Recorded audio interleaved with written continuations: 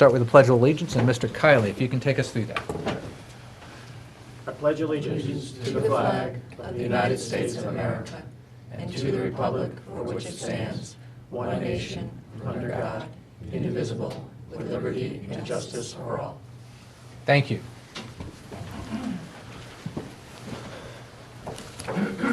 Just one quick note as we go into this. We certainly went through a storm event earlier this year, and why things were, or earlier this week, while things were less than anticipated, which we're thankful for. We've certainly been thanking a lot of people out there, DPW, police, fire, ECC, and gone through. I realized that there were two groups that we hadn't been mentioned before, and I just want to publicly thank the WPCA, quite literally working through the night and keeping things flowing, so to speak. We tend to take them for granted because their service levels are so high, but I wanted to officially thank them.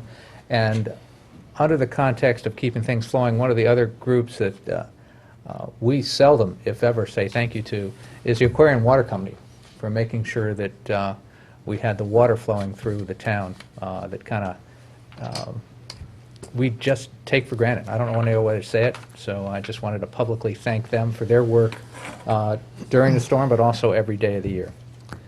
So with that, this meeting is taking up two items that we did not complete our work on at the last Board of Selectmen meeting. This is a special meeting in that regard. Item 3 is non-recurring. This would move on to the Board of Finance and RTM after action by this board. We have made some amendments to it, but just to get the motion back before us, if I can have a motion to hear, consider, and adopt bond resolutions appropriating funds for the cost of certain non-recurring capital projects and authorizing the issuance of bonds to finance such appropriation. May I have a motion to accept? So moved. A second. Second. I'm going to point out that we're going to have 3 bond resolutions coming out of this. A bond resolution for those items we're going to finance over 5 years. I believe it's 10 years and then 20 years. However, we will discuss the projects themselves in order. We'll make adjustments or amendments. We have done some of those already. I'm going to point my colleagues to a chart included in Section 4 of our backup for this meeting. This is a new chart that we didn't need going into the first meeting, but page 1 shows the DPW or town and Board of Ed items as they,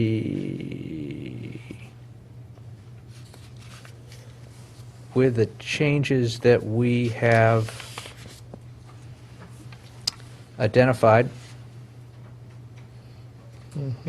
I think it may be, and with the votes that we took at the last meeting, kind of tracking what we did, I think it may be more helpful to look at page 2, page 3 if you count the title page, which shows each of the items that was proposed, has them listed in the 5-year bond, 15-year bond, and a 20-year bond, as well as columns for the total. Within each category, 5, 15, and 20 in total, it shows what was presented by the department, any changes proposed by the Board of Selectmen for each category, and the final column on the right-hand side shows the difference. Top section is the town, bottom section is the Board of Ed, and down the bottom, the very bottom row, does show for each bond what it was proposed at and what changes we've made.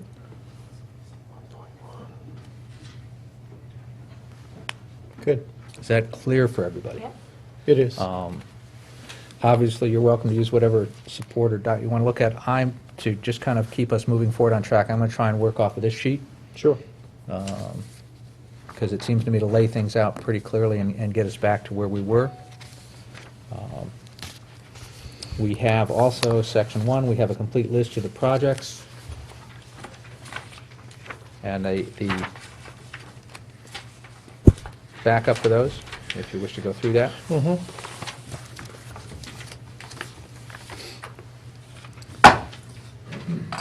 So to kind of kick things off,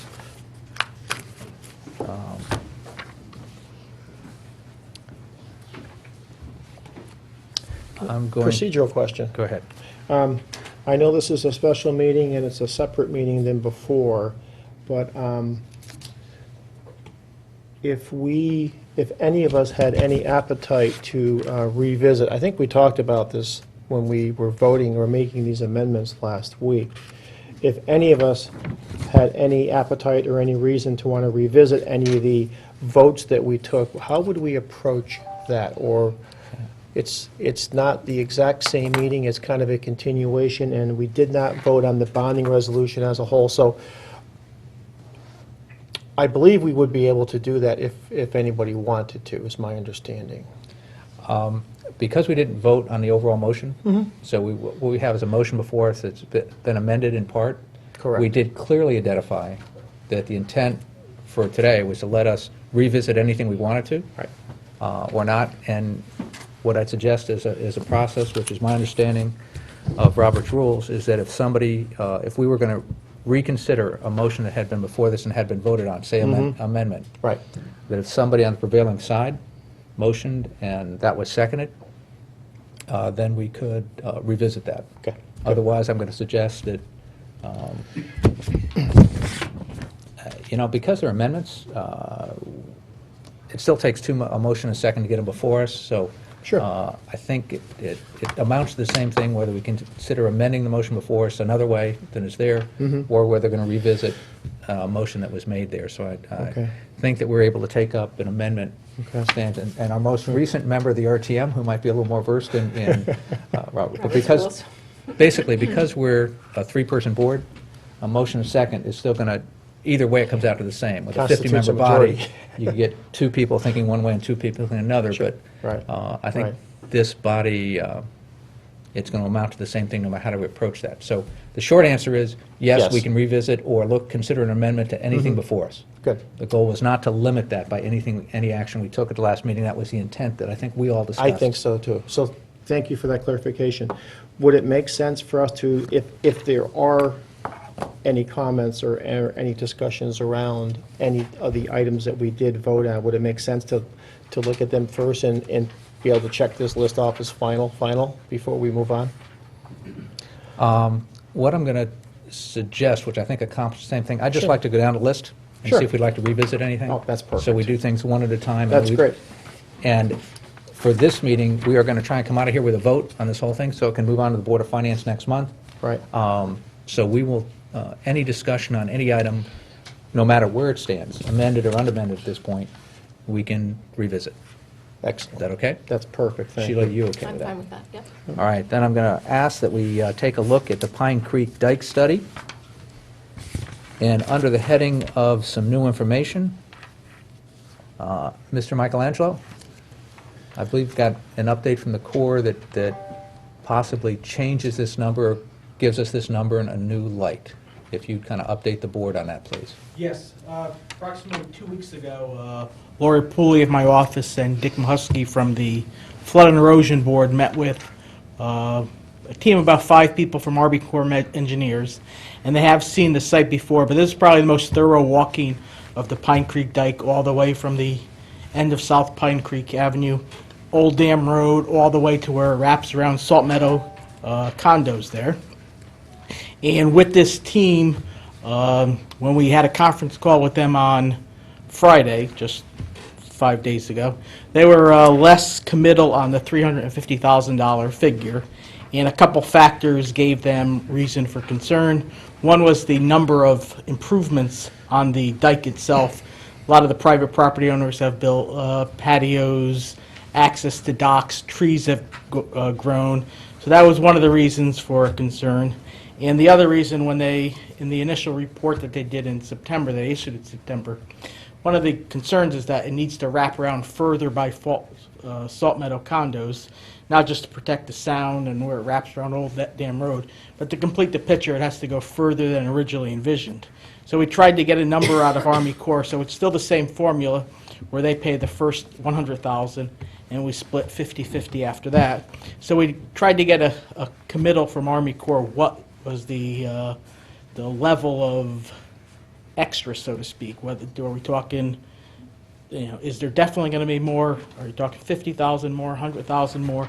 And they were uncommittal at this time. They want to do some more fact finding, put some numbers on stuff before they give us a revised number.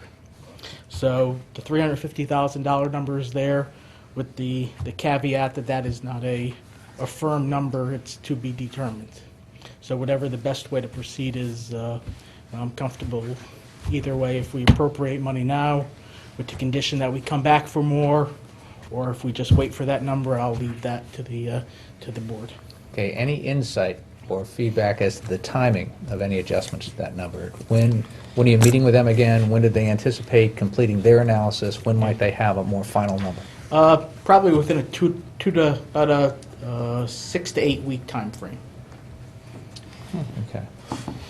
I mean, we're not at any risk. Hopefully, we won't have a major issue come up, and I would probably recommend that we hold off until we get more information so that we can kind of look at the complete number that we need to consider bonding.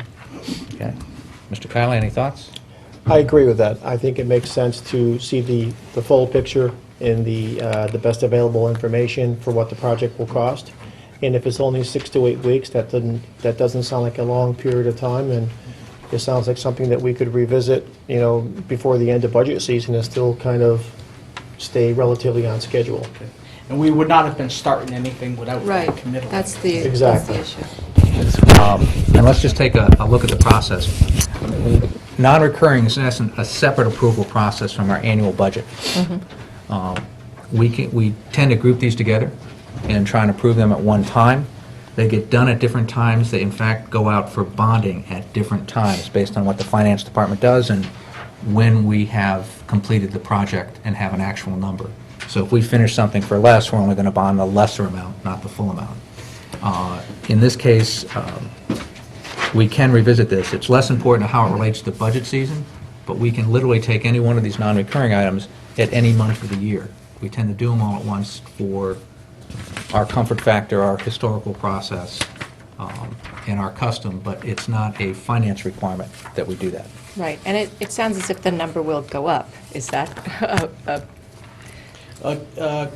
Most likely. I Most think likely. That's what the hesitation was. okay? And with that as a kind of qualifier, I think it's important that we know kind of what the number is and what share that the town is approving so that we can evaluate the backup appropriately and what we're getting for our money.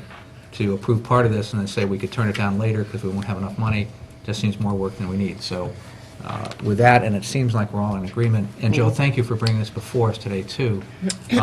Could I have a motion to Yes. amend the item? Yes, I move to reduce the item before us by $350,000 as it relates to the Pine Creek Dike study until we receive further information. I'll second that. All right, thank you. Any further discussion on that from the board? Any feedback, or any comments from the public on that item and that item only, please? All right, back to the board. Are we ready to vote? All in favor? Aye. Aye. So that item stands removed from the appropriate bond item. That was the 20-year bond. It is. Which will be reduced by $350,000. I got it. All right. Next item up is the main library HVAC. And I believe We approved it 3-0. Yep. So any reason to reconsider that or any further discussion on that? No. All right, so we're moving on from that. Road paving fund, we modified that by $1 million, taking that down to 0. Any motion to reconsider that? No. No? Sure. Okay. Moving on, the Valley Road Bridge. I believe we left that intact. Any reason to reconsider that? Nope.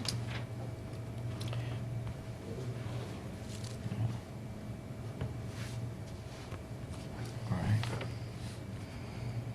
Then we'll move on. The six-wheel asphalt truck, I believe we left that in track. We talked about the, I'm sorry, Yes. did we talk about the Valley Road Bridge? Did I just say that? Yes, you did. just did. Okay. Six-wheel asphalt truck, I believe we left that intact. We did. 10-wheel dump truck, I believe we reduced that. We did. Any reason to reconsider that action? All right. Next up, the payloader. We left that intact. Any reason to reconsider that? Okay, moving on. Gould Manor Pond dredging. We reduced that to 0. Any reason to reconsider that? All right. Next up, six-wheel all-season dump truck. We reduced that to 0. Any reason to reconsider that? All right. Independence Hall energy upgrades. Short of the fact that it's been pretty cool in here all day long. Any reason to reconsider that? All right, thank you. Next up, Tunsis Hill Butler Building. I believe we left that intact. Any comment or amendments on that? Just a quick comment on that one. I know I was not on the prevailing side of that vote, and looking at the overall amount of bonding that we're looking to do this year for a number of projects, I felt that this was something that could and should wait for another year from my personal priority perspective. So I did vote against this, and I just wanted to have the quick discussion with you guys and see if you had any additional further or different thoughts on constructing the steel Butler building up on Tungus Hill Road in this budget or in this amendment. All right, it was just, it was ironic that this was About the actually snow. one of the things I was thinking about Monday as we were anticipating 3 feet of snow coming in. Exactly. In terms of the load on the building. Now, we only got 6 or 7 inches. We did not get that load. We did not, but this was, Bundy sitting in the EOC, one of the things that crossed my mind as to where we were on that. But I Ms. feel very Marmee? comfortable with recommending that it be replaced and rebuilt, given that we house, as somebody mentioned, assets for the town in terms of equipment, and I am concerned that if, as we were told, the roof goes, and it could go at any time, we are risking loss of a lot of property. So I think it was probably a surprise for us because we hadn't been hearing much about it in the past, and it came up very suddenly. But I do feel that it's a priority for us. Yeah. Well, it did come up suddenly, which is part of my concern, is that it wasn't something that we've been hearing about for 1 or 2 or 3 years. Not that that's a Right. requirement, and it doesn't negate the fact that there could be a problem, but it just seems to me with the amount of bonding that we're trying to do this year, that it would be something that we could wait 1 more year on and maybe prioritize that money elsewhere or save that money. So I hear you, but I Sure. disagree. Yeah, and again, I don't think it's necessarily about right or wrong, but I think it's just Yeah, sure. perhaps different experiences. I have a natural bias, I think, towards to replacing roofs on town buildings, and I think that even the Dwight roof, again, to your point, because it's such a big number in this year, took a look at it, certainly took a second look at that in terms of what we should do or shouldn't do with that. I think at the time, we left it alone. We did. So I appreciate the conversation. Thank you. So, but I think it's, A, more than okay to question that, and definitely a discussion this board should have before just approving it. So, no motions on the table. Considering that, next up, the Commerce Drive Bridge design, which we had left Yep. included. Any comments or action to be suggested for that? And then next up, the Burr Mansion improvements. Mr. Jaley was here last time and gave us a presentation on that, given the specific improvements and what it means to the operation of the building. Any comments or motions suggested for that? All right. That stays. Golf course renovation. I know we had some discussion on that. Any comments, suggestions, or motions on that?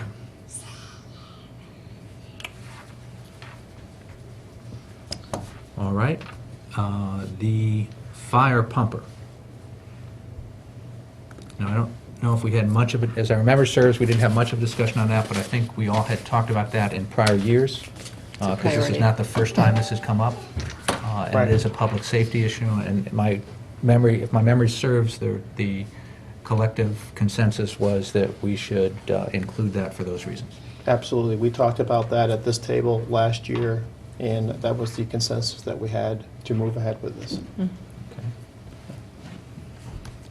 So no amendments there. Next item up, we did not get to talk about last time, if I'm correct, is the cluster reemplacement for the ECC. And with your permission, I'd like to invite Mr. Leslie from IT up to give us a little background on this, and also I'd encourage us all to check our backup that's included so we get a better handle on it. Thank you. Hi, Don Leslie, Director of IT for the town. The town, about 4 years ago, started with virtualizing systems with VMware, and we created a cluster with that, and so we've got a number of servers in the cluster, and then we also have a NAS, Network Attached Storage disk system within the cluster, and you can think of that just as a large disk that supports the cluster, that supports multiple servers running on the town's system. The current NAS that we have now are end of life and out of date. We've extended maintenance on them for an extra year to continue using them, but they need to be replaced. And this is going to be the first replacement over at the ECC for 1 year, and we plan on replacing another one next year in the town, and then the final replacement up in the library cluster. And so it's a piece of hardware, they're running critical systems, and it's just like a giant disk that needs to be replaced before it starts failing and we lose important data or have problems that, have to recover from. And that's about it. The quote was for a bit of added disk space because our disk space needs keep climbing because we don't get rid of stuff. And that's it. Sure. You mentioned the town, that you're going to do the same thing on the town side, a replacement. When do you anticipate that coming? The following year, Next year? Okay. and then the year after that, the last one. And is it the same age as the cluster replacement hardware at the ECC? Right. The town- on the I would town love side? to just do them all right away, but I'm trying to spread the costs out over time so that it's not as big a hit. What kind of maintenance is involved if we, in terms of maintaining this hardware? Are we able to do it? We Is have it a contract expensive? with the vendor, and they do support, and if something breaks in the machine, it automatically sends out an email message to them saying something's broken. We've lost a couple of disk drives already. We've lost 1 or 2 controllers, but they were all backed up with other systems, and so they automatically dispatch and repair the next day for those things, for the critical things, and they get replaced. Can you give us an idea of the costs that you've incurred through the vendor in terms of making those repairs with this piece of hardware in the past? I would have to get back to you on that. I don't have Is that it like, number right. do you have a range at all? I'm just curious in terms of how much it costs us to fix some of these problems versus I would have replacing. to actually look up my number and see that. I don't have that number on hand. Okay. I'd be interested in seeing this because I am Sure. curious how much it costs to No problem. continually repair. Okay, Kevin, did you have any thoughts right I off? have a couple things. Okay, go right ahead. Mr. Leslie, the information here in your presentation, you speak about a couple technology points. Can you just explain better to us what some of these things are? Like VMware, your definition of VMware, cluster, what a NAS disk is, et cetera. Sure, Can you sure. just walk us through those 3 things? And Right. It is, over the last number of years, virtual servers have become a big thing, because if you have a regular physical server, a lot of times you don't use the whole power in that physical server. So, you know, for whatever applications you're running on it, if you're running just using a third of the power in the server, that's including the disk drives, the CPU, and the memory. If you have one server like that, and then you got two other servers like that, you're theoretically only using one server if they're only using a third each. And so that's where the virtualization point comes in. If I took another server, a strong server, and smushed these three servers, virtualized these three servers into that one big server, that's what's happening. And then that way you get better utilization of your memory and your CPU and your disk space on the machine, because they can all be shared across the system. I use the term, or we use the term cluster to represent a gathering of these things, because it's not like just 20 servers sitting there in a rack. It's 3 servers supporting like multiple virtual servers, like 20 or 30 virtual servers in there. So you call it, you don't just call it a bunch of servers, you call it a cluster, because you know, one virtual server can ride on one physical server, but then it can get switched over to another one or another one, depending on what's going on. They automatically balance themselves, or if one of the physical server dies, the stuff just switches over to the other servers that keep it running. And so it saves you money, it gives you better control, and it makes your backup and recoveries a lot easier to do for that. So that's clusters and virtual servers. What else? NAS disk. NAS disk. NAS is, there are 2 types of disk systems that you can put on a network. One is a storage attached network, and the other one is a network attached storage. One's a SAN and one's a NAS. We use NAS systems, and the simplest thing to think of it is it's just a big disk drive sitting on the network. And you know, it's a disk of disks, and they're rated, and so you get redundancy within the disks and stuff, so that you don't lose anything. Right. And so it's basically a big smart disk is a NAS, Okay, sitting on a network. I appreciate that. And what types of data will be on this component, this ECC cluster? What They're type of- running the ECC dispatch system, they're running the firehouse system, they're running little internal servers for supporting name service and directory service and Windows logon. So it's for the ECC one, the critical ones are the firehouse software and the Lee's dispatch software. And what do those softwares do? They, when you call 911, that's the Lee's dispatch system. Okay. It's like a customer relationship management system, in the sense that you're managing your customers. Your customers happen to be the people that call 911 or any other residents that call in. And then they come in and they get the thing, and then they call up and they either send the police, the fire, or whoever out is needed. So that sounds like it might be a bit more sensitive than possibly either the library part or the town computer cluster part down the road, from just a, That's why we're doing this one first, because it has reached the end of life, and we're willing to stretch the town one and the library one longer. okay. Yeah, but putting those two, or putting that one piece aside that's safety related, when you look at the other pieces, we have taken my company to a complete virtual environment. We don't even have a server in my office. We'll never do that with the ECC because of the critical nature of the system. It's got to stay in. Understand that, and I already Yeah. said that, but when you Yeah. look at the overall picture, putting the ECC piece aside, which sounds like it makes a lot of sense to have here, kind of the old-fashioned way, but when you start looking at the overall town structure and the information technology that's coming in and coming out of it, when does it start making sense to, instead of taking your virtual environments and hosting them here, when does it start making sense to put them into a data center? That's what we do. We've done the financial analysis on that, and for what we do, even though it's hospital data, it's protected, it's safe, it's encrypted, and it has more levels of security than you could imagine. So we feel comfortable with that. But financially, and even from a technology perspective, when does it make sense, instead of buying servers to host VMs and all this other stuff, when does that start making sense for a town? I think the main thing, it's a matter of whether you want to have something in-house or out-of-house. Correct. And Right. there are advantages to both. And I think the real point is, what's your sort of churn rate? I mean, if you're going to do a project for a couple of months or something like that, I could definitely see using an outside source. I'm actually talking to the police department about that for their, they've got a new project they're starting up with cameras on policemen. They're studying that. And if you're storing video data, it's a lot of data, and it's a huge thing. So I'm definitely considering it for something like that.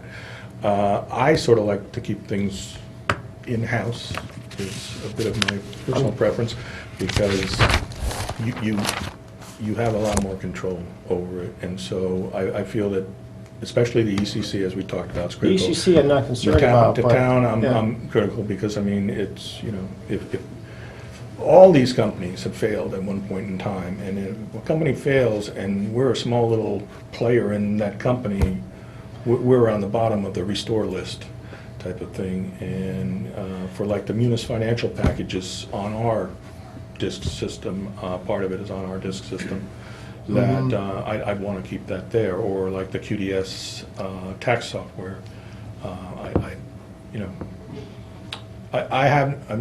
I appreciate what you're saying, and I sure. understand it, and I know it's the way we're going to a certain degree, but I just haven't had the confidence level yet at this point in time to sit there and say, let's do a major move out. We are going to be doing some of that with the GIS software that we're talking about, working with Greater Bridgeport. We're going to be storing a lot of our data off on that site for like the fire response and stuff like that. I hear you, and I understand it's a personal preference for you, but I'm not sure I agree. And once you take the safety and security pieces and put them aside, and you start looking at normal course business and data transactions and activities, we have saved a lot of money by utilizing a data center, and there's a lot of good ones out there who really can provide a lot of value and save you a lot of money and save you a lot of capital investment on infrastructure and computers and hardware. And I think it's something that we need to take a good, long, hard look at. Okay. I mean, I'm not in disagreement. I just don't think we're just right there just yet, is what I'm thinking. I hear you.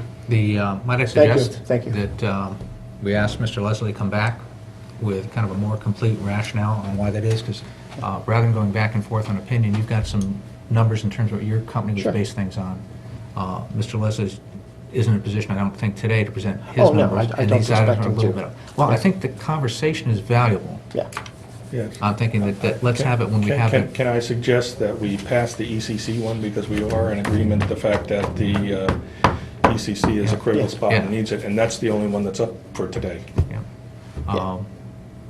Getting back to my point, Yes, was sir. that if we could, I think your questions and discussion, I think, is extremely valuable to us as a town, to see what the trade-off is financially, and then what maybe some of the intangible considerations are. And perhaps Mr. Leslie can document some of his concerns on reliability, and perhaps some others. I mean, you seem to Sure. mention a reliability concern. Sure. Given that it sounds like a large number of organizations are moving in this direction. So if, Jen, we can make a note that in a month or so, whenever Mr. Leslie is comfortable, but certainly within the next 90 days, we get Mr. Leslie back here before we have to evaluate these proposals for a year from now. So that we have those. Good. And Thank I you for am that. also curious on the town side, hearing what you've done from a maintenance cost standpoint in terms of having to get repairs, because I think that would help us a lot. Okay. If I might? Yes. Two other questions. One, if you look at initially the ECC server, but potentially all three, what capacity or how much excess capacity do we have at the moment? We have been running out of capacity. We are back probably down to about, Excuse me, are you talking about the ECC server or all three combined? ECC server, Okay, so you're saying we're running out of capacity in the ECC server. yes. And we were at,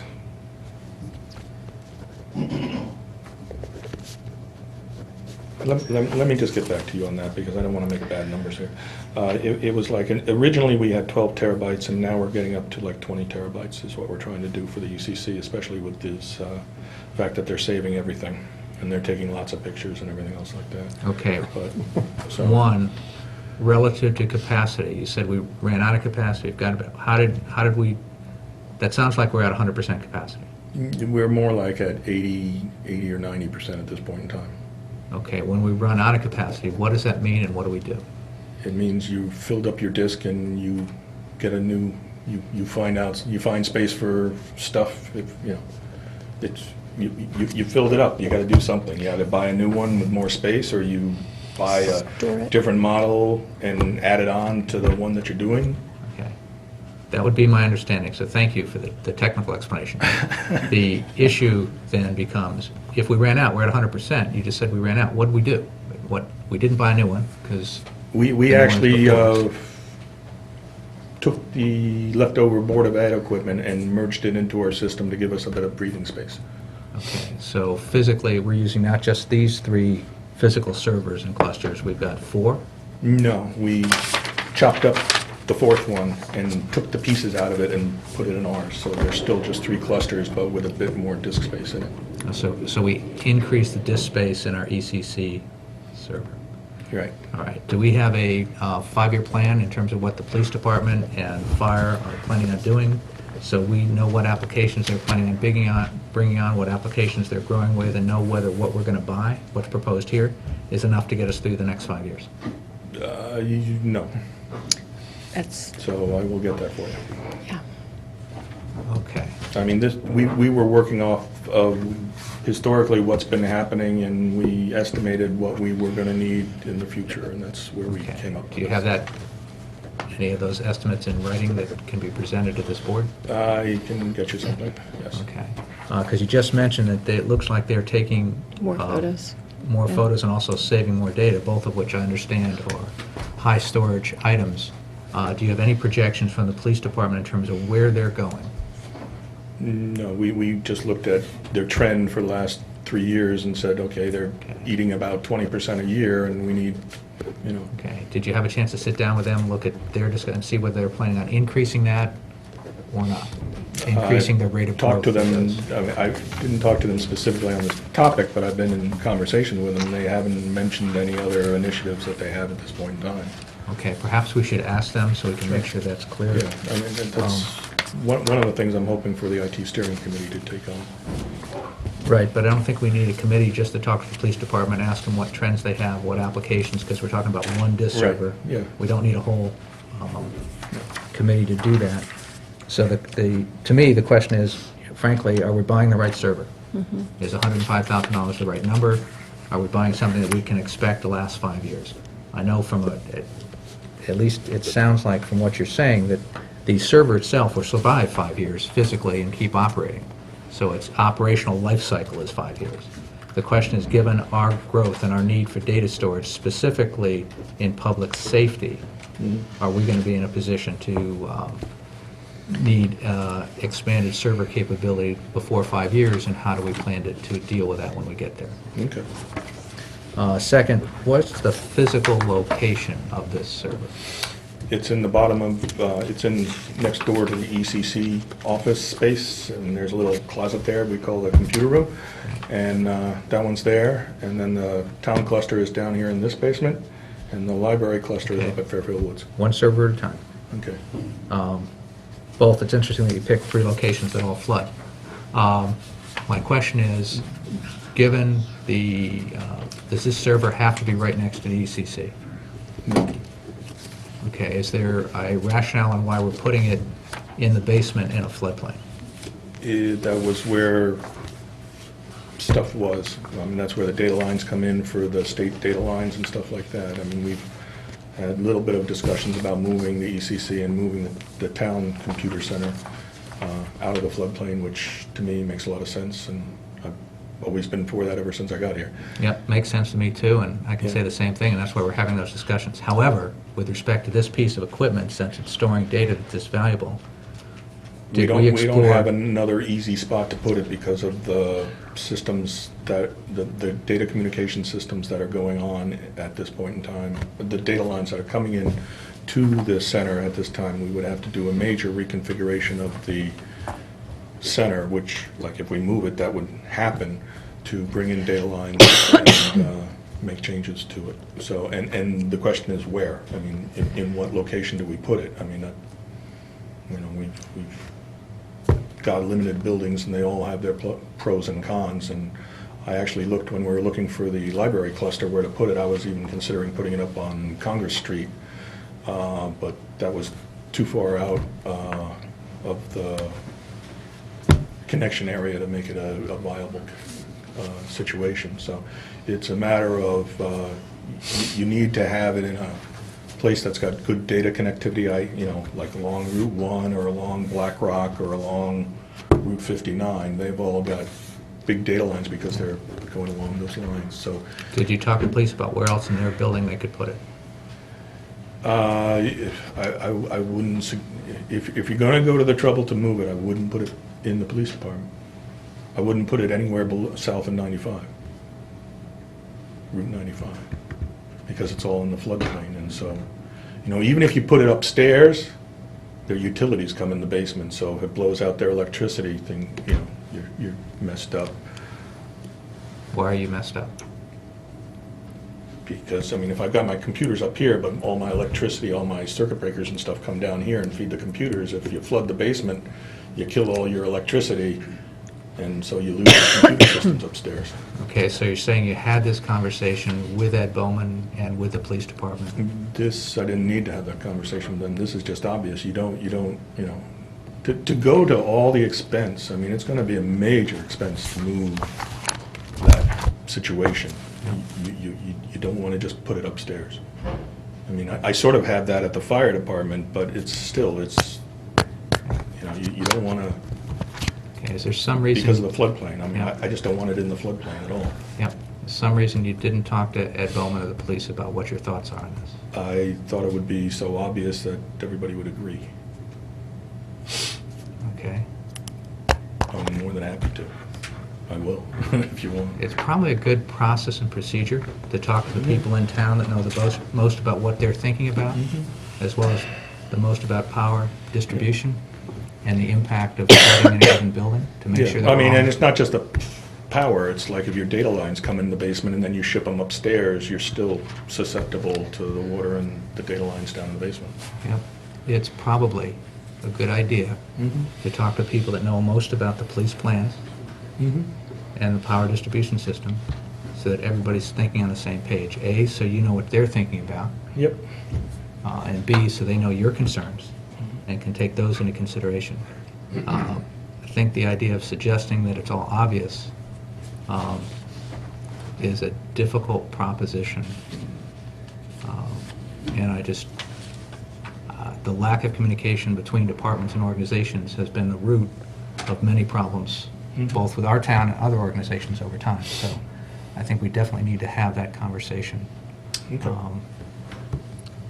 And certainly to evaluate what the costs are, because your current proposal is to leave it as is, which has all those problems. An alternative proposal might cost a little bit more money, but might solve some of those problems, and might solve some of the higher risk issues in terms of what that is. I know we just spent a lot of money putting the police and fire station on a microgrid, so they have power to survive when power's out. And in terms of what the flood protection is around there and what that means, I think that probably should be discussed, addressed, and frankly agreed to, so everybody is looking forward. Even if your view is correct in terms of what we need to do, then I think that we owe that to police, fire, and I'd probably include Ed Bowman in terms of the energy distribution part, to make sure that they all understand and we're all on the same page in terms of our understanding of the problems and the most likely solutions and the lowest cost solutions, as well as the permanent solutions to this. Okay. Any other questions from the board? No, this has been very enlightening for me. I've learned a lot about cluster systems. I'm intrigued by what Selectman Kiley said in terms of what his company does, looking toward the future with the town. On the ECC side, I definitely think we need more information from the police department in terms of capacity, what they need, what technologies they're utilizing, because I would really hesitate to support an investment in technology that may not be appropriate at this time, so I'm not comfortable right now supporting this request. Okay. All right. Can we see if there are any comments from the public before we continue our discussion, if that's Sure. okay? Any comments from the public on this? All right, back to the board. Kevin, did you have anything to add or any further discussion from any of us? I've got a couple comments. if Go you're ahead, not. I'm good on comments. Yeah, I'm looking at this and saying that the eventual solution, no questions, you're right, is to move the ECC. Whether we move it to another building, where we move it, is depending one upon our costs and probability and risk management, if you would. So we can accomplish risk management by moving it to higher ground, and we can accomplish risk management by moving it potentially upstairs in the police department as we look at things. There are a number of considerations, including security of the ECC, that weigh in on this. And we certainly have looked at, and just for the record, we have looked at other applications in other locations around town. And one of the things that comes up is the security of the facility, the site itself. One of the good things about the police department is we have the police there, which is a natural kind of Security station of blanket. security. Yes, so as we looked at other locations, one of the things came up and said, what if somebody chose to do something not nice to our ECC location, what would that mean? And it became a question of, do we stage police officers, what kind of security do we then move with the ECC to that location? Now, we brought up enough of those questions that made us look seriously at the police station and realize that there's some other benefits there. The downside is that it is in a floodplain, the basement being the most likely place to flood in a floodplain. So we wanted to take a look at that. But I am concerned that we may not move the ECC in the next 5 years. So we could buy this, live with it in this case, and never get accomplished. Right, I what's mean, taking place there, whatever you do so. to the ECC is going to take a long time, and we need to replace these discs now. And these discs are, I mean, granted, it's a big unit, but it is just like a giant disc. So if they had space requirements in like 3 years out, we could just add another unit if we wanted to. We wouldn't necessarily need to replace this unit. We could add on to this unit. Okay, well, I think that's kind of the presentation that we were asking for. One of the issues you mentioned is capacity. Yeah. That's why we're buying another one. Yeah. To Mr. Kiley's point, as long as we're buying another one, the quickest last way to have flexible capacity is off-siting, outsourcing. Finding a service bureau that would take care of this stuff. And you had concerns about that in terms of reliability, that type of thing. And I appreciate your comments, and that's certainly a concern. Yeah, the big But one about you- this is the fact that if you lose your telephone or your internet or anything else like that, and it's outsourced, you've lost it all. And so if you keep it Right. in-source, you might still lose those connections, but you'll have alternative methods, and they can still maintain their system. Is that somebody's cell phone? That's me. Oh, that's you. Okay, thank you. Sorry about that. Can I just add on what you just said? Do we know if other towns, with their public safety departments, do they outsource at all? Do we know that? I do not know. I would not think so, but I do not know. Yeah, I'd be curious, because I know that we want to kind of keep it close, but I'm curious if other towns have had success outsourcing it, so to speak, or putting it in an external server. So I'd be curious in learning that. I talked to the vendor at one point in time, and I said, has anyone, I mean, the other alternative of this is having the vendor run their software in a software as a service environment, like we're doing for the Munis system. And they said, no, they don't do that. They don't even offer it as a product, last time I checked. That was about a year ago. Yeah. Because of the fact that you want it running, because it's got all your stuff in it. It's got like the list of all the houses in it. It's got the list of all the streets. It's got the list of all the dispatch people. And if you get cut off from that, you're just, you might as well send the ECC folks home. Right. But it doesn't have to be a SaaS model. You can host your proprietary software at a data center. So there's a couple different type options. Right, I there, use right? SaaS in a general term. It's not, Okay. we could have dedicated SaaS of our own stuff Got it. in our own spots in those places, but it's still, it's out there, and if you lose your connections, it's sitting out there and you can't do anything with it. Understood, thank you. I think where we're coming to is it sounds like Mr. Kiley's got some significant experience with, I'm going to call it, service bureau is not the right term. Data center. Data center, offsite. I know at a company I worked for just a few years ago, we had extremely sensitive data. It was critical to the operation of the company. We had, working with companies all through the country, in Canada, actually. And we set it up. They had multiple backup lines for getting data in and out, basically assuring 100% uptime in terms of how to do that. And that was absolutely critical to us because we had so many different companies tying in, using it, and the data had to be solution for the folks here locally, but also around the country. And I respect your opinion in terms of that, but I'm struggling with the fact there's absolutely no support for what you're saying. I'm not seeing anything that shows uptime, mean time between failure, applications, what other towns are doing, or, there's 169 towns in Connecticut. There's probably 10 or 15 that are substantial in size that might have reached the point where they're looking at this type of thing. There's the state government that looks at stuff. And I guess the other thing, there should be some information on what the state of the art is. As long as we're at a break point, a decision point, we have a chance to redirect towards where the state of art is for a comparable expenditure. I think we might look at that. And in a sense, it's not only this one expenditure, but we've got steps 2 and 3 coming down the board. Right. And most of the points you're making don't apply to 2 and 3. Right. So that it makes, Well, the financial analysis seems to I be the would key say driver. one is, number one, the town one is critical in itself too, and then the criticalness of the town is all the town systems that are running on it, the QDS and everything else like that. That if if your taxpayers can't come in and pay your taxes, we're in a deep problem. So I'd say ECC definitely is the first priority, town is second priority, and third priority is the library, but the library is also our backup site, and this is where our backup data is stored too. So we're putting the police and the fire, the police and the town data up at the backup site. So, in a strange way, it's a high priority item too. Yeah.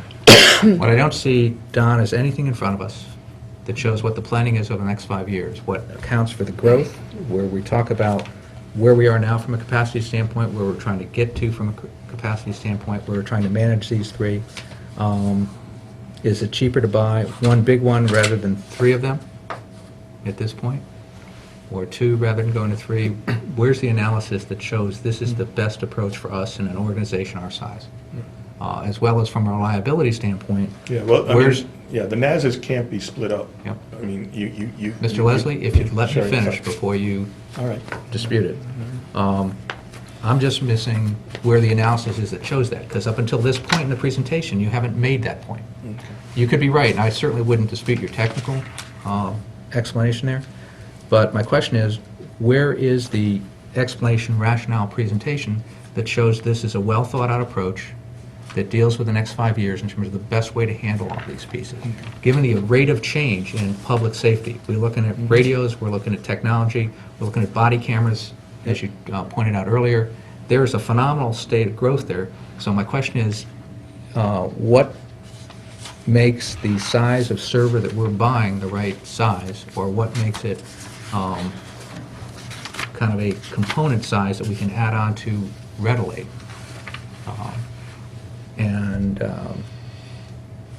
I guess I'm looking for all that as an explanation. I just don't see that in front of us. All right. So I think that answering Ms. Marmion's questions, I think Mr. Kiley made what I'm going to call a financial argument that says this might not be financially the best way to go, but I don't see anything showing what the difference is financially between it. And you're making the point that this is better from a reliability standpoint, and I don't see any support for that. Okay. All right. Were there other questions that we had? No. My only question is, you said we were going to be at, was it 80% capacity? We're about 80% capacity. Okay, so I'd appreciate hearing when do you estimate that we would reach 100% capacity? What's the timing on this? And I'm assuming that is going to have to do with your conversation with the public safety departments in terms of whatever technology and how quickly they're ramping that up in terms of how that's going to affect our storage. So I mean, is this going to happen in a month, 6 months? I mean, I think if it's, an immediate situation, we need to know that sooner than later. It is reasonable, for the ECC, it is reasonably immediate. We put in extra disk space for them now, and we figured that would last us about a year. So you're saying approximately 1 year, but I Right, would, and by the time this approval gets done and we go out and actually get the bid, and then we take the time to, it's going to be downtime over at the police department of moving all this stuff over and stuff like that. We figured it's going to take a while. So we figured the year was enough if this was approved So we have a plan. in the near future. When you say downtime at the police department, help me understand what that means. We've got a disk drive, we've got the server sitting on it, and the disk drive is feeding the servers. The disk drive's got all the data. We're going to put in another set of disk drives to replace the old disk drives. We've got to move all the data from the one disk drives over to the new disk drives. We can do a certain amount of that offline, behind the scenes and stuff like that, but for the critical things that are actually running, there will be a certain amount of downtime when we take those systems down. A certain amount, 2 hours, 24 hours? Probably like 4 hours. Okay, and you've discussed with the police department how we're going to handle it? No, because we haven't had the approval for the disk drives yet, so I don't... You're asking us to buy something that you don't have an approved plan on how you're going to install it? I know how I'm going to install it, and we have to schedule downtime with the police department, which we've done before in the past. For that amount of time? Yes. Yeah, we usually do them Sundays, because it's a quiet day. Okay. I'd be really comfortable with an explanation of kind of how that installation works to make sure that police and everybody else has signed off on that and they're comfortable with that also. The 80% capacity, was that just for this one drive? Or is that for, including the other two, the Fairfield Woods drive? What's the capacity there at the moment? Excess capacity? It's got some, but not much. I mean, I don't know exactly. Good. Any numbers around that? No. Same thing with the I can get town? those. Okay. Yeah. If you could. I think there are a number of items that we've identified that we need. Are there other questions we have open for Mr. Leslie, so we can kind of make sure he leaves here No. armed with everything we need back? At the my moment, only no. other question is, when you have the conversation with the public safety departments and when you look at the other towns, if we can get cost estimates, of what those other systems look like, how much they cost, so that we can have some comparison with what you're proposing in terms of this cost. And then the capacity of how much capacity we buy by outsourcing something like this. If it's just grows as we grow, that would be very helpful. Sure. Okay, anything else at this point? Mr. Leslie, are you clear on the questions we have? I was going to go back to the tape and review it. Okay, that would be fair. That would be fair. I think for me, in the midst of this, there are two things I think that, if I had to pick the two most important questions out of this discussion for me, one is the growth over the next 5 years. What are we trying to accomplish with this? And then, because it looks like we're buying the same size servers for each of these, right? Because at 105,000, you're getting roughly the same server. Right. Yeah. So you're Same basically, space. so when we buy the new server, we go from 80% capacity, 80% usage to what? Well, in simple terms, if we Yeah. bought a server that was twice as big, we'd get to 40% capacity. Yeah, we're looking to add basically 50% capacity on what we already have existing. Okay, so That might not be 5 years, if we look at it what's that the way. expected life cycle for that amount of capacity? We were expecting that to last the 4 or 5 years of the hardware. Okay. All right, so again, that gets back to having that discussion with police so they can sign off on what, and fire, I guess, too, because Right, yeah, they share the the fire system. technology Yeah. is also expanding at a very rapid rate. Right. Yeah, I mean, they both share that system. All right, and I guess I'd look at ECC along the same grounds in terms of ECC anticipating anything coming down the road Oh, the that yes. that impacts the way they access and store data, and where they need to store more things than perhaps they might.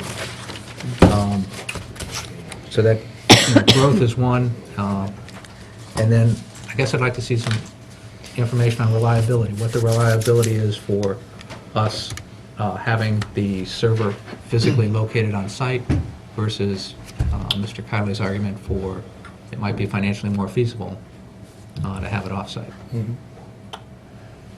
I did think of one thing. Could we see the vendor proposals as well for this? Because I didn't see it in either last week's package or this week, just to see the presentation they made to you guys on what Yeah, I mean, they, on what they can do and what they're it's- doing. And Yeah, it's just a quote for a disk drive system and with, like 20 terabytes of space on it. Yeah. It literally is just a giant disk drive.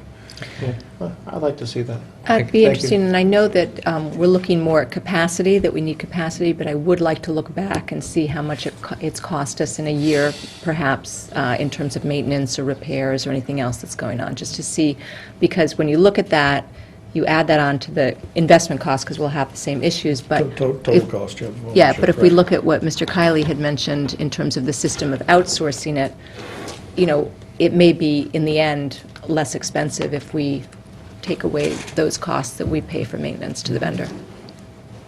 And that might be a 5-year look, because you want to go back 5 years to would be when these fine as were- well, yeah. For when these were new, Right, because theoretically, you want a comparison new versus sure, older. older in life. All right, so I guess if I had to boil all that down, we're kind of looking for a plan over the next 5 years of what we're doing with these, so we can make this decision in light of that plan. Both storage, growth, and reliability in terms of where we are. Does that summarize it enough? And really the rationale. I'm looking for the rationale for why this system versus something else. All right, that good? Agreed. All right, thank you, Ms. Pleasant. Sure, no problem. Thank you. And, yes, I'm expecting we'll be making an amendment to this, so the sooner you can get that information back to us, the sooner we can move in that direction. Sounds good.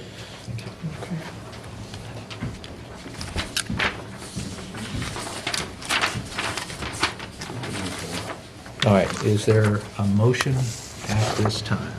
Sure. Mr. I Kiley? move to reduce this item by $105,000 in relation to the cluster replacement ECC component. A second. All right, any further discussion here? Any comments from the public? Back to the board. Are we ready to vote on that amendment and that amendment only? We are. All in favor? Aye. All right, I believe that leaves us That takes us to, with the town side non-recurring done, and I believe that it does. we have modified the town side by reducing what was before us by $350,000 and $105,000, or a total of $455,000. 155, correct. Okay, Jen, do you have those two down? Okay. That leaves the town side, if my math is correct, and Mr. Mayor just left the room, at 4.277 mil. Probably does, but it also importantly... Actually, no, I'm sorry. It reduces the 20-year bond by $350,000, it reduces the 5-year bond by $105,000. Right, it does. So we have nothing on Let me the, go back to that, because I was in the wrong column. I'm sorry. so that zeroes out the 5-year bond, doesn't it? The roof No, paving there's still a company? piece in there. Roof There's a paving Board came of Ed out. piece. Yeah. Oh, there's a Board of Ed, excuse Yeah. me, 650, okay.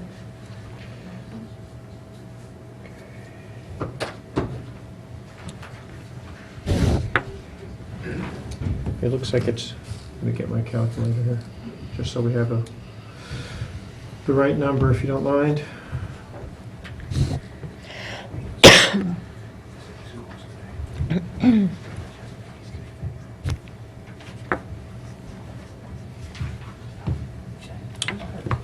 And that leaves it at 2,274,000. Sorry about that. I was in the wrong column. So those two reductions of 455,000 take the Board of Selectmen proposed column to a net of $2.274 million. And I did the corresponding math on the bonding resolutions as well, but we're not quite done with them, maybe. Just for, where are you at I think the town side 5-year bond is relatively easy. On the 20-year bond, Let me see. Let me see. I have the 5-year bond down to 670 now, right? It was at 750.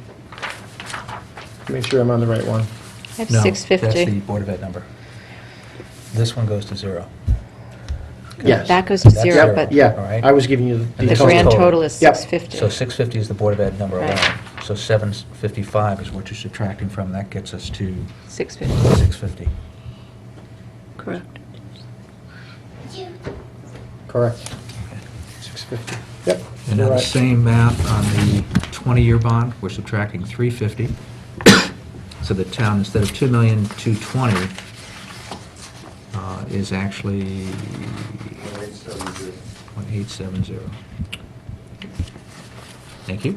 Mhm. And the total is 4854. Got it right here, 4854. With the 342? With the 350 coming out, right? No, with 342, sorry, $342 to finish off. Oh, yes, yeah. 4854, 342. That's correct. So that's where we are as of the moment. Hey, while we have a second, may I shout out to Mr. Mayor and thank you for these updated schedules and information and bonding resolutions and the detail that rolls up and ties to it. You have made this meeting significantly more efficient and easier. Thank you. Good stuff. Thank you. Definitely something we'll keep as we move forward. Very helpful. We were trying to do this on the fly last week, and we had different pieces going to different resolutions, and it was next to impossible. All right, so that's where we are here. Right. We're now moving on. To the Board of Again, Ed we're side. still making amendments. Correct. So we have not voted on the final one. We're moving on to the Board of Ed. All right, so if I can take the same approach Sure. we You used bet. here. Board of Ed, Dwight Roof, we had left that unchanged. Any reason to bring that up for discussion or reconsideration? All right, Jennings boilers. That we had removed those for this year. We did. Any further discussion or reconsideration of that item? Yes, please. I would appeal to my two prevailing vote casters on this one. Nobody wants to spend any more money than we have to on these investments, but these two boilers are 49, they'll be 50 years old next year. We have done a really good job over the years of, as Mr. Tetral mentioned before, fixing our roofs, maintaining our roofs, and staying on programs as best we can, and doing the same with boilers for the most part, and we're doing our best with the windows as we go through those projects. From my perspective, I think the point was made last week that they were 49 years old a year ago, and now they're a year older, and I don't know how many more years they're going to last. So I would appeal to the long-term investment side of this and stay on plan, replace these two boilers. We're lucky to have gotten almost 50 years out of them. And if something goes wrong, I believe we would probably incur more money replacing them on the fly over the short term. So that was my pitch on that one. It's It's a an good old pitch. building, it's an old school, they're old boilers. They've had minor failures of recent times, which is somewhat relevant. They've been fixed. But I'm just not comfortable not addressing 50-year-old boilers if we are able to. So that would be my appeal and pitch to the two of you. I appreciate that appeal. I think it's a good appeal, Selectman Kiley. I would ask a member of the Board of Ed to comment on the repair that recently happened. I know they had failed, but that we fixed them. What was the cost of fixing them? And did that repair buy us more time? What did we do to repair them? Did we buy a new piece of equipment? Did we give us some sense of, did we gain new life? What was the cost? Tom Cullen, Director of Operations. The repair that we just had was on 2 starters, one on each boiler, went at the same time on a Sunday during a reservation program that was going on there, a church group. The head custodian noticed the building was getting colder.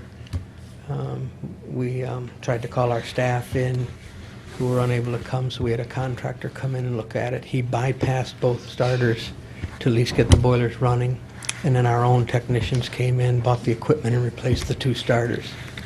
And that was all on Sunday, No, it was for the next day. Next day. the school day? Okay, and so what was the cost of I don't have the replacing cost starters? yet. Approximate. I don't know. So, and I don't know enough about boilers, but you replaced the starters. Did that gain us? I mean, those should be good to go for a good amount of time. Yeah, the That- starters will be good. With boilers like this, you're looking at hot water boilers, so you're looking for leaking tubes. So a boiler like this size, you take the cover off the front end, and it could have anywhere from 50 to 80 tubes, singular tubes. And when they start to rot and go, they leak out onto the floor, and then we notice there's water, and we've got to open them up and check them. Sometimes you can replace those tubes and they hold, you get some more life on them. Sometimes we replace tubes and more start to blow. And boilers this age, that's more likely what we're going to see. What was the non-recurring request last year?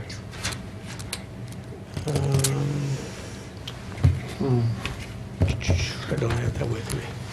Yeah, I seem to remember it being, Dr. Tittle, do you have the non-recurring request last year? We have it from the waterfall chart. Here, that I've got. I know there was, I recall there was one year where we didn't make any non-recurring requests because we had so many big requests that we skipped a year completely from the capital non-recurring. Well, we certainly have some big requests out there this year, and certainly a Yes. number of overruns on the requests that we have. Yes. that's So, part of where we're... yeah, so actually, last year we had the Mill Hill roof for 461, the North Stratfield boilers, those were our 50-year-old boilers last year, for 364,000, and then one of the boilers at Fairfield Ward High School for 152,000. So That's about $1 million? that was last year's. The prior year, we didn't have any. Yeah, so in the last 2 years, we've had $1 million. Part of my Yeah. issue is, obviously, we're looking for where do we cut. I'm not going to suggest to you that any one of the projects proposed on the town side or the Board of Ed side is not worthy of being funded. It's not something that we're saying, no, you shouldn't be doing this. Right. Definitely, they all need to be done. My question is simply, given we've got this, why didn't we have the boiler on the list for last year or the year before that? Well, we've had a schedule essentially of boiler replacements. When they hit 50 years, we replace them. And so 4 years ago, we did Dwight, and then we did North Stratfield, and now it's Jennings' turn, and then the next one isn't for another 6 or 7 years. As I remember, it took us a couple of years to get Dwight through the process. Right? I You can. was, and Yes, I was- we did not, it was my first year here, and we had the Dwight boilers that were 50 years old, and we rolled the dice. It's what you're doing. So, Well, actually, it's two things. One, it's I'm going to encourage you to look at this schedule, and rather than coming in with a 0 or a 1 million, where there's some flexibility in that, to Yep. look at moving some things up for both, what I don't want to get in a situation like the Ludlow Field. To me, we should stop using that. If it's that bad, we should have stopped using it this past season. I'm not a big fan of risking the health or safety of any of our students, as we, certainly have supported votes on PCBs and other things. And- Yes. And I think the field with those kind of tears in it, and I'm not a medical doctor, and I can't go back and quote stats, but Right. that reminds me very much of the football field in the old Philadelphia Eagles Stadium that the NFL ran into serious issues on. And one of the reasons we went to artificial turf was that it lowers the incidence of student injuries participating in athletic contests. And one of the justifications was improved safety. right. So I guess, part of my concern is we shouldn't be letting that field get to that state when we have available capacity in our non-recurring. Because I remember the discussion, and Right. again, not that we can't move things or, my concern simply is that we get to a point where it's 11 o'clock and you've got to decide before midnight tonight Right. to make that decision. I certainly would categorize the Ludlow Field in that situation. I think the argument is made that the Dwight roof is kind of in that same situation. The boiler is one of the, we have the ability to roll the dice on that. I'm not sure I want kids playing on Ludlow Field in that condition going forward. I'm not sure we have the ability to roll the dice on Ludlow Field. I'm not sure we have the ability to roll the dice on Dwight roof for all the points that you've made. Right, I'm not arguing with you. Yeah. Yeah. My concern here is that, to your point, we're rolling dice? Absolutely. We Yeah. were rolling the dice when it was 47 years old, 48 years old, 49 years old. We rolled the dice when we didn't put it in the 0 non-recurring year, and we put it in this one instead. And especially because we had to move Ludlow up, by not taking the boiler sooner, we're now complicating the situation by having to take the field now. And in my mind, we're literally taking the field as a safety issue instead of the boilers, which is a financial issue. We could get burned, but we'll get burned financially as Not opposed to with get safety. burned by student safety in that regard. If the boiler fails, there's more than financial implications of it, obviously. But I guess maybe we learned our lesson on the 49-year-old Dwight boiler. That didn't get approved. Basically, the message was wait till 50. So, well, look, I mean, this is a tough year for all of this. There's a lot of stuff coming at all of you.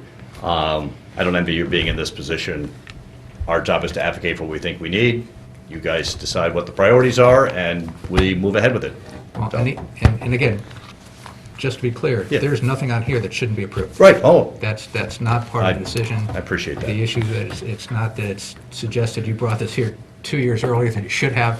I Right. think 2 years later. you have recognized in your plan that you're proposing these things, I think, what, after twice their useful life? Well, Or some, I mean, you got a we standard. squeeze everything out of them because, at some point, people are going to say, well, can't you get another year? Well, it's kind of like your car. At some point, just got to buy a new one. Yeah. So I think my point is Yep. relative to Mr. Conley's question, which again, I think is a good one, and certainly where the discussion, where I come to is that there's, we're trying to get this down to X amount of money to available. There's only so many things we can potentially put off. Excuse me. God bless you. Thank you. And there, no question, is some risk with that, and I wouldn't dispute the risk that you're laying out as we do that, so Okay, good. that's all. Thanks, guys. Thanks, yeah. That's all. Thank you very much. Mr. Kyle, that was a long way to answer your question. No, I appreciate because the it- answer. I think- appreciate the conversation. Yeah, your question deserves, I think, an appropriate answer, and appropriate discussion, and I think we tried to have that. Can I just We add did. one other perspective? If you would take the podium, you would.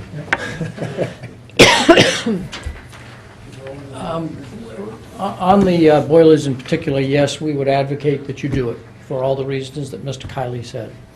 A couple of the things that were not mentioned is that there is a certain staff cost that when you do the research and you present in front of a body, and then you say, we're ready to support it, but come back next year, put all the information together again, and go through all the town bodies a second time to accomplish it. There's a staff cost to pushing something off. Dr. Title mentioned, obviously, that there's more than just money involved when a boiler goes bad in the middle of a winter, in the middle of a school year. And so I think that's something that you ought to consider. The argument that, well, maybe we should have done this sooner. We are limited by the waterfall chart. And we place projects in that waterfall chart, not necessarily because this is the first year that we really ought to replace them. We place them so we keep faith with there's only so many dollars we can spend in a year. So virtually every year, you could make an argument, well, this thing probably should have been repaired 3 years ago. Because that's the nature of the capital needs of this town and this country, that we are running risks because we don't replace them in the very first year that preventative maintenance would suggest we do it, because there's just not enough money in any given year. So I would hope that the argument about why didn't you come to us sooner wouldn't necessarily carry the day, because you could virtually make that argument about every project, both on the town side, when you run a risk of not replacing a police car when they may be needed, as well as on the Board of Ed side. So I just wanted to put that thought in your consideration. Thank you. Thank you. And Phil Dwyer, Chairman of the Board of Education. Sorry I didn't introduce myself formally.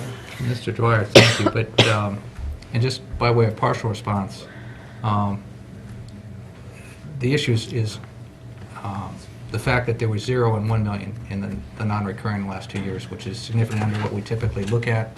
The costs for the boilers, the installation, everything else has certainly gone up in the last 24 months, and looking at that. And now we're caught in an issue with school security. It was proposed at $3 million coming in, a Ludlow building project that's $4 million over budget, and a Ludlow field that popped up at $600,000 coming in, all coming into this. So I think that's the, I think if there's a lesson to be learned, or at least thoughts for consideration, it's certainly hard to have.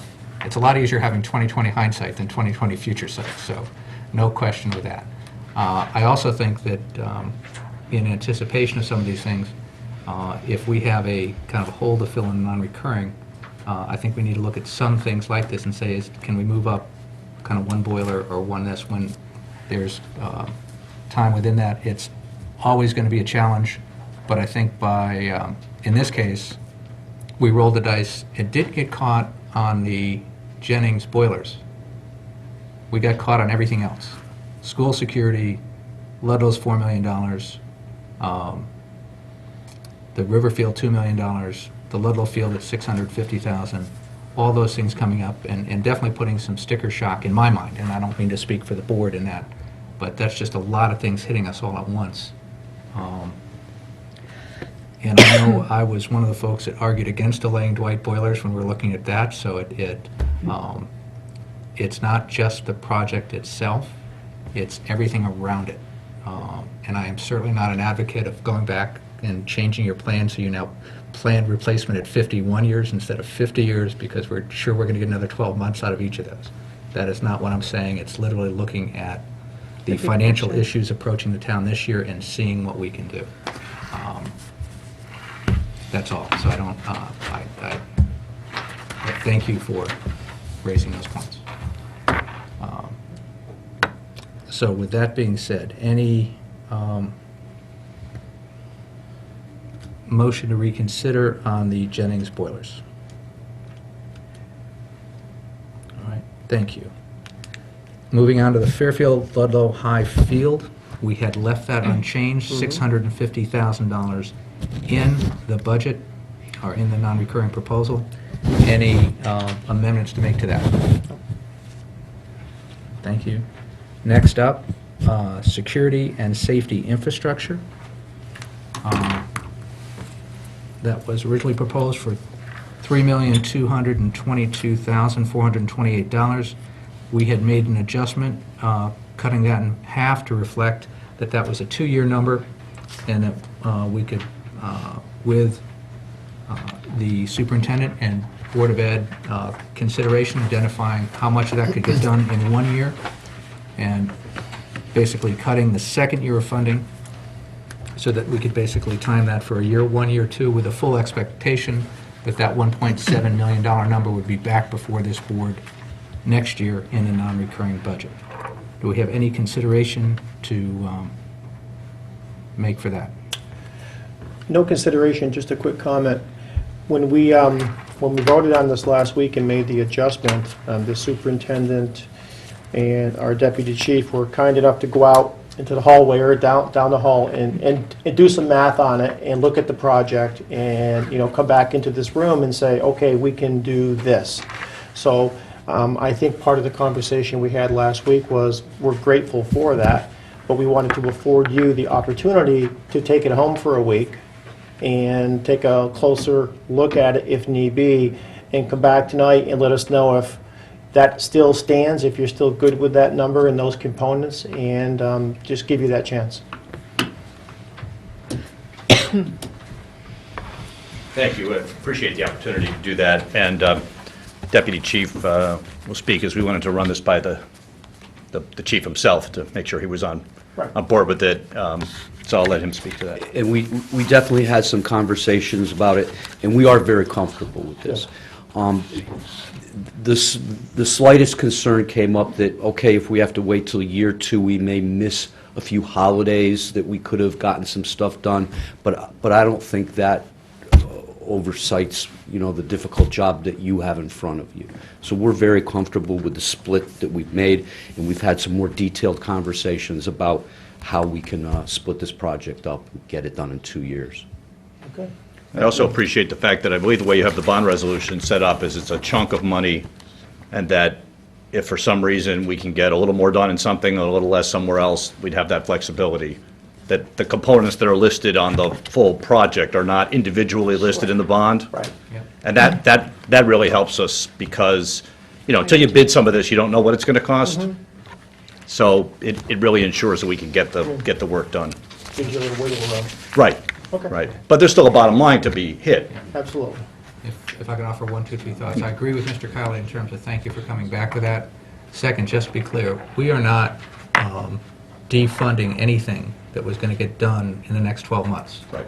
We basically are not funding components of the request that we're going to get done 24 months from now. Absolutely. So by approving it next year, everything gets done in the same timing. Nothing has changed from that. I agree. Second, in terms of, normally when we do a non-recurring, we're very specific about the projects and the dollar amounts. You're correct in that we didn't break this out. I still want to confirm that when we look at the resolution, to make sure that we didn't. Totally comfortable giving you that flexibility. That is more like we did the Storm Sandy non-recurring request, where we approved a bulk of money, identified the individual components, but didn't attach dollar amounts to it. So in that case, we actually only spent, I think, about $2 million to $5 million, because we pulled some things out, we got some other things done in between. So that actually, it didn't save us money, but it certainly, we didn't spend all $5 million just because it was approved. And I think the full expectation is we'll see the balance of this number back here next year. And I think I'll speak for myself, I certainly would support that, as I would have supported anything that be done in the next 12 months, because this is kind of a 12-month cycle of bonding for us. All right. I have So- just one question. I know that you can't be highly specific in terms of what you're going to be doing from a security standpoint, but you did have some very well-attended public meetings with members of the town talking about the need, talking about the working together of the departments with the police department and with the Board of Ed. And I'm wondering, are you going to do any more of those meetings in terms of talking about your approach or what you're planning once this, if it goes through all the bodies and is approved? Will you be holding any more meetings? I'm just curious. Sure. I know that there's one already slated with a PTA group in early March sometime. PTA council, do you think? I or- think it was an individual PTA. Okay. For one of the schools. We've been making the rounds, or various people have been making the rounds to all PTAs, sort of, not just that one time. We had the big public forum, but then subsequent to that, I know the chief went to a lot of, and so did some other folks, went to a lot of PTAs. So really, any PTA on request can get a presentation. It's just that we have to be very cagey Of course. about how much we can say. And Sure. so we really have to limit it to what's in the documents that you've seen, because these are public documents now. And pressing beyond that, I think, actually compromises the very security we're trying to accomplish. And every group that we've spoken with has been very respectful. Right. Regarding that. Well, I'm just thinking that you want that, as you mentioned, it's been 2 years, and you want to maintain the momentum, and you want people to know that it's a 2-year program, and that you want to feel that commitment and get that commitment. So it's just an idea to broaden it a little bit. And this isn't the only thing we're doing, right? I mean, we're continually training, we're continually reassessing Right. our own internal procedures with the police. We're continuing to do the lockdown drills with police and fire present, and getting feedback on that and updating our capacity on that. We had a beautiful example of that. Most recently, we had smoke over at Ludlow High School, if you remember, Yep. on a very cold day. Yep. And we had been practicing evacuations and so forth there, and it really went beautifully. Fire was right there on the scene, police were there, kids got moved over to Ludlow Middle, and it was really a nice example of when you practice the procedures, it can really make a difference in terms of student safety. So we aren't stopping the other elements Yeah, I think, I'm just saying, information is power for people. Yeah. They feel more secure knowing that there's that momentum and that you're moving Right. forward, and hearing, I love the communication flow back and forth in terms of what happened and what you did to address it. So I would encourage you to really, And speaking Keep for, that up.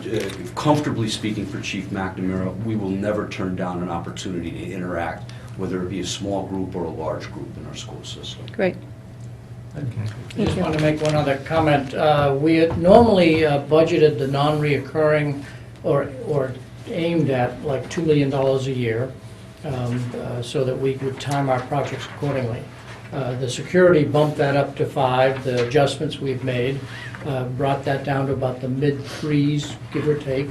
Next year, we have non-reoccurring projects of a couple of $1 million, which means that for 2 years in a row, we'll probably be in the mid-3s in our request. So if you just put that in your planning hat for the next couple of years, and then probably we will then be able to convince you that we've always done in the mid-3s. Or maybe we'll go back down to 2. Thank you. Thank you. Mr. Dwyer, 2 comments. One, we've also significantly adjusted the town side down to a number for the same reason that came in higher than expected. With the, at least from a personal standpoint, with the exception of school security and Jennings boilers, we'll take a long, hard look at everything else comes before us next year, since we took such a hard look this year. I do, on a more, that was a serious note, though I didn't quite state it that way, but I do want to compliment the Board of Ed and the superintendent, his staff. It's very hard, obviously with assistance from police and fire, very hard to change the culture in terms of defining school security and what 10 years ago was a joke and this morning it's a real threat. And I know that has taken a lot, and I know you've put a serious commitment into spending teacher time, administrative time, and leading by example in making that commitment. I want to Police thank time. you for doing that. There's nothing easy about changing culture. And the example I always use is it took us quite a few years to start fastening our seatbelts every time we got in the car, even though we knew that it was dangerous the minute we started the car. So thank you for doing that. Any further comments here? Just quickly, I'd like to agree with Mr. Tetro's comments and thank him for that, and I'd like to thank the administration as well. And on a final note, I just wanted to reaffirm my support for this project over 2 years, and when you come back next year, I look forward to being supportive of you at that time. Just before I point out, those are 2 votes that may or may not be here next year. Exactly. All 3 I of us. wasn't going to say that. But we appreciate it. Can campaign on that. Nor was I being presumptuous, but All right. We have gone through this. we have. This has been amended, Right. so the item is before us and as amended. Now, we've made these adjustments, but we have not gone back and officially modified the bond resolutions, and I think that's the next step, of course, to take the resolutions 1, 2, and 3. Unless, Mr. Mayor, you have any other thoughts as to how we should approach that? Exactly right. So if we go to, I've done some math. If Mr. Mayor could keep an eye on me, I think we can fight through this. I think we're at Section 3, the bond Section- resolutions. we are. That's dated 1/28/2015 on the Right. cover page. All right, so that's what's before us. Okay. We've got our worksheet, Right. and if we can go back to these, and I'm going to suggest we just take these one at a time, since the changes have all been They have. pretty much determined. Okay. I'll push this through if you want. Go right ahead. Okay, in relation to item 3 before us tonight, the non-recurring capital, I propose the following amendments. Can we take the bond resolutions one at a time? Yes. So we can approve those. Which bond resolution I are was you going to on? go to Exhibit A, bond, Each the first one- bond resolution, yes. Each one has an exhibit A. Right. Okay. And my amendment there will be to reduce Exhibit A, bonding, the first bonding resolution, the 5-year bonding resolution, in the amount of $105,000, which will leave that bond resolution at $650,000. if I might, what you're really doing, at least on Exhibit A, Is is removing just it. removing item 1 or taking that $105,000 down to 0, which, Correct. how do you want to phrase that? I would say eliminate item number 1 at $105,000, Okay? therefore reducing the bond by the same $105,000 for a net of $650,000. If that, does that work, Jen? Can you repeat that, please? Yes, sure. Under bonding Exhibit A, removing item 1, the IT cluster replacement ECC for $105,000, therefore reducing the bond by $105,000, leaving a net bond of $650,000. Is there a second? Second. All right. And that's consistent with our votes along the way. Yeah, if I might, to effect that change, we need to remove item 1 on Exhibit A, change the title wording in above the chart, and change the 755,000 to 650, and in the same chart, change the 755,000 to 650. So that's 3 changes on this page. There, if we go to page 1. Similar. Bond resolution, in paragraph 1, removing the 755, both in words and numbers, to 650,000. And going to paragraph 2 on page 1, changing the words and numbers to $650,000. Okay. Did I Agreed. miss anything else? He said the title. Title, There we are. thank you, 650. Okay, so what we have then are, to affect Mr. Kiley's motion, we have 6 changes to make to this document that we've identified. Jen, are you clear on those 6? Yes. You sure? Okay. All right, is there basically 3 on the first page and 3 on the Exhibit A? Is Agreed. there anything else that we need to change on this? I don't think so. All right, so we're amending this bond resolution. Can we have a motion? It's been seconded. Any further discussion on the amendment? No. Any comments from the floor on the amendment and the amendment only? Right, back to the board. Are we ready to vote? Yes. All in favor? Aye. So that bond resolution has now been addressed. We're on to the second bond resolution. Okay. Do we have any amendments? Yes, sir. Okay. I move, no, on the second one, no, it's clean. Okay, this is the 15-year bond resolution for $404,000. No. May I have a motion to accept this? So moved. A second? Second. All right. This is now before us. There are no amendments suggested at this point. Any further discussion? Any comments from the public? Back to the board. Are we ready to vote? Yes. All in favor? Aye. Aye. So that resolution passes.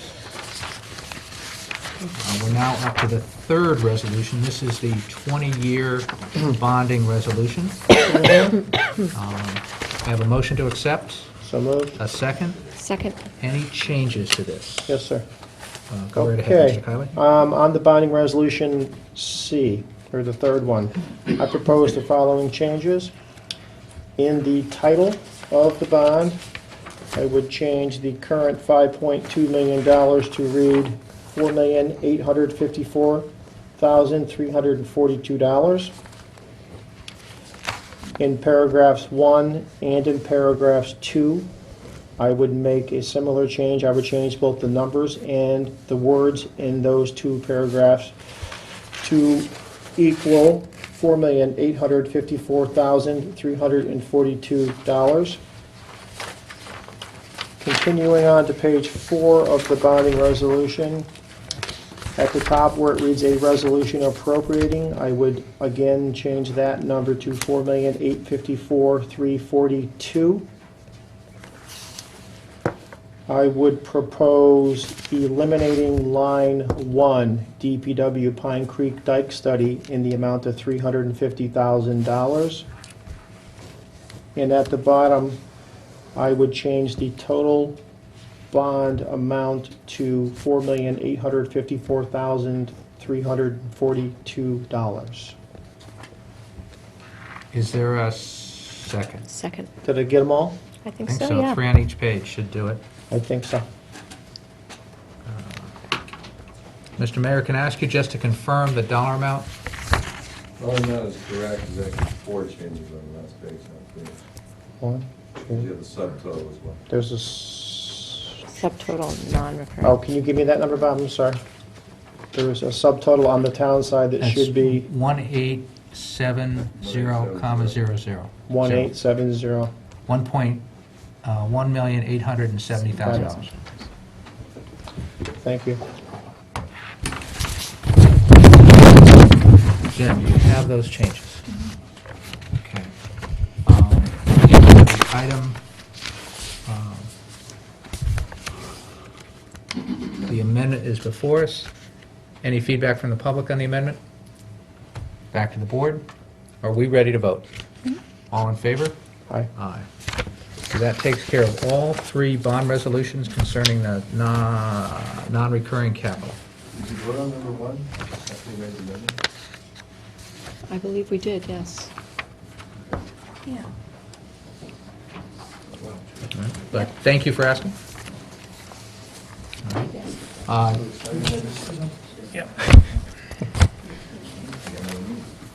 All right, next item up, It's Osborne Hill. oh, and as much as we didn't go through it, guys, Section 2, non-recurring capital financials, that's all the, kind of the waterfall chart stuff.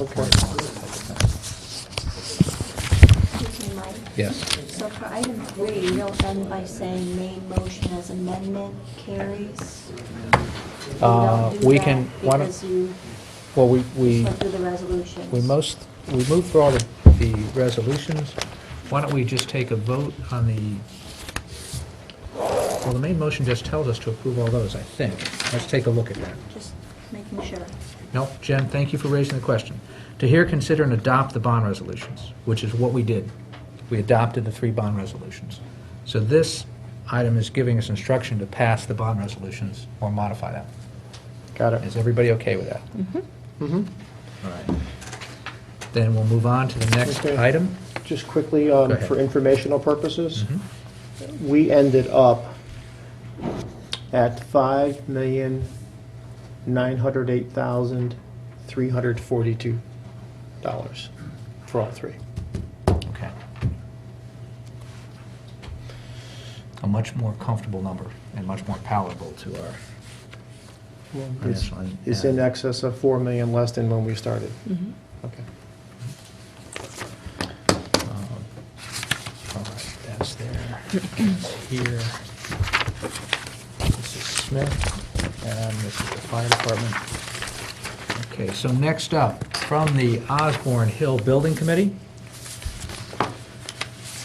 This also requires Board of Finance and RTM approval. This was postponed from our last meeting. To hear, consider, and act upon a resolution appropriating an additional $812,172 for the costs associated with certain projects at Osborne Hill Elementary School and authorizing the issuance of bonds to finance such appropriation. May I have a motion to accept? So moved. A second? Second. Thank you. Ms. Marshall, are you here to fill us in? Welcome. Yes, I am. I'm Kim Marshall, Chair of the Osborne Hill Building Committee. Since last week, you've been given some additional reports, which hopefully explain from different directions the overages that we've encountered to date compared to our original budget.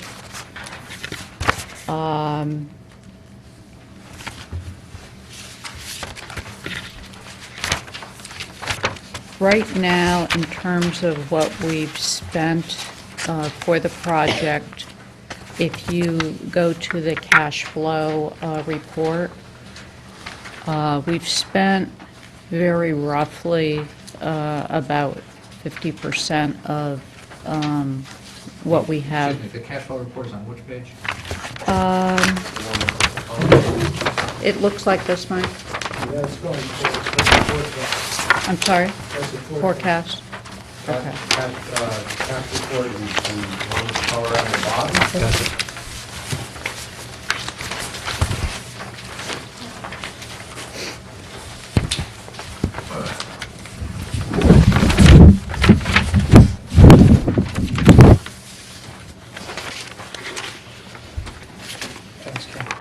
We have, between Sal and Larry, we've compiled, we've combined information, so hopefully it makes the most sense to you. Okay. Do you want to step us through this a little bit? Well, we had some startup costs, which we ran, were, let's see.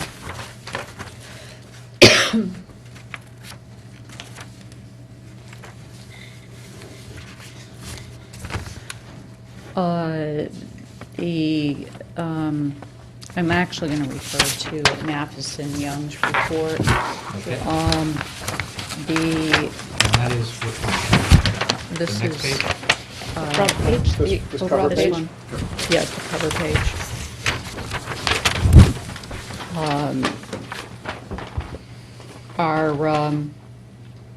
Our bid printing and legal costs were, in the original budget, were $5,000. They increased to $13,000 for a total increase of $8,146. One thing, just jumping back to the beginning when the original budgets were assembled, it's my understanding, and I wasn't part of this at that time, that due to the emergency nature of the project, a lot was expedited in terms of putting together different costs. So these were, I'm comparing what our current costs are in different categories to what, was in the original budget. So, Ms. Marshall, if I might, just to clarify for everybody, remind everybody of the situation we're in at the time. The Board of Ed had already started cleaning up the PCBs. What we had looked at is combining those into the original project. Mr. Mayor, our CFO, in looking at the state statutes and the regulations, realized that we could actually go back and capture prior cost up to, I think, 3 or 4 months and include those in the project. So there was, at that point, a rush to fully approve a project with a number. So this did not go through our normal budgeting process. The goal is it saved us significant money in that school year, because those are costs that we did not have to charge to the BOE budget that would have had to been paid within that fiscal year. It was a way of including some of those cleanup costs in the overall project. So we put together a project with numbers that we anticipated would be high enough, but it did not go through the same scrutiny because of the urgency to define the project and pass the project with a budget, so it qualified for school reimbursement, so we could get reimbursed by this. So Ms. Marshall was absolutely correct in terms of this did not go through the normal process, but we did it to save significant money that would have otherwise been charged to the Board of Ed and would have significantly impacted our program, I'm going to say offerings, but our program delivery, and would have definitely impacted our students and the quality of their education. So we jumped through this to do that, so that just by giving both credence and background in Ms. Marshall's comments. So sorry to interrupt, but I just wanted to... honestly, even though I've lived in town for 30 years, I wasn't paying any real attention to Osborne Hill until I was asked to be on the committee, and it just struck me as a very unusual situation because of what had to happen due to the emergency, that it just wasn't going through the normal process. And as I've learned, with the reimbursements and all, it's extremely important to get state involvement, and especially when you're talking these kind of numbers. As soon as we realized we could get the reimbursement for PCBs, I think we went back and looked at that. But again, to remind everybody our starting point, this was, and how it came before the boards, a $750,000 window replacement project. that grew to a $4 million window replacement and PCB mitigation project with a possible replacement of the gym. So there were significant changes going on in a very tight window to get this approved so that we would qualify for reimbursement. So it just, to bring back that for everybody's memory. And at the time, there was also consideration to enclosing the corridor, and December 12th, 2012 was, I guess, when the budget was finalized, and that was, right before Sandy Hook. Right. The concept of the corridor work was really just to put a curtain wall hanging from the structural steel and just to enclose it for weather. And, as everybody knows, the world's changed since then. So we've deferred a decision on the walkway because of the cost. But we still would obviously like to get the funding for that because it's a fully enclosed, secure structure now compared to what we currently have. Our budgets, at the time the project came out for bid, our bids came in higher than the budget, but we felt because of some other parts of some of the other costs that they weren't as high as we anticipated, that we thought we'd be okay with the overage with the actual contractor bids. The environmental testing, design and contract administration number in the original contract was, or in the original budget, was $168,000, and it's anticipated to increase in the neighborhood of $138,959 due to additional testing, monitoring, abatement, and there were a number of failures with the testing based on the monitoring, and additional hazardous materials were discovered. We've had some increases in cost for delays and some additional abatement work that was required, and those two figures together, are very significant. Because of some delays that have resulted from delays in the related to the abatement work, we're running into some design and some contractors representative or owners rep additional cost, and that's an increase of $48,158. We're running into some longer modular rentals for the gymnasium because our renovation for the gym now is projected to be April 10th. It was going to be January 31st. And due to testing delays and other related things, it's gotten pushed back.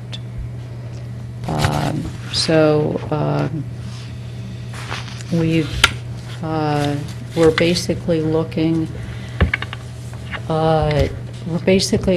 to get $340,000 for additional funding to capture these increased costs, which normally would all be part of the contingency, but because of our original bid being higher than what was budgeted, it pretty much ate up our contingency, or a lot of it.